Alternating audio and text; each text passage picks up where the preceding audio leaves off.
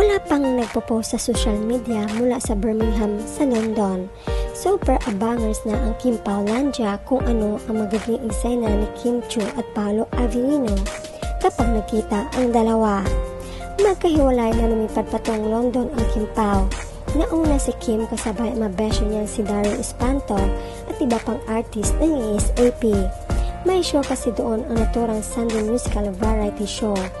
Hinayang na hinaya ang Kim Paulandia dahil madalas na sabay malis ang Kim Pao pagdating sa maganap ng love team nila abroad. Kaya naman ang ibang mga fanny gaya ni Carlos Miguel nagdilulo na agad sa unang gagawin ni Paolo pagbaba ng London. Anya, ang unang hanapin siguro ni Pao pagdating sa London ay room ni Kemi at Jim sa hotel. Hindi naman imposible ang dilolo lalo't anniversary season ngayon ng Kim Pao. Ang sigaw nga sa social media ng mga solid Kim Pao, magpaayuda na ng jogging urani ang dalawa. Madalas na sa mga out-of-town country event ng Kim Pao na isinisingit nila ang tumakbo kahit may jetlag pa ang mga ito.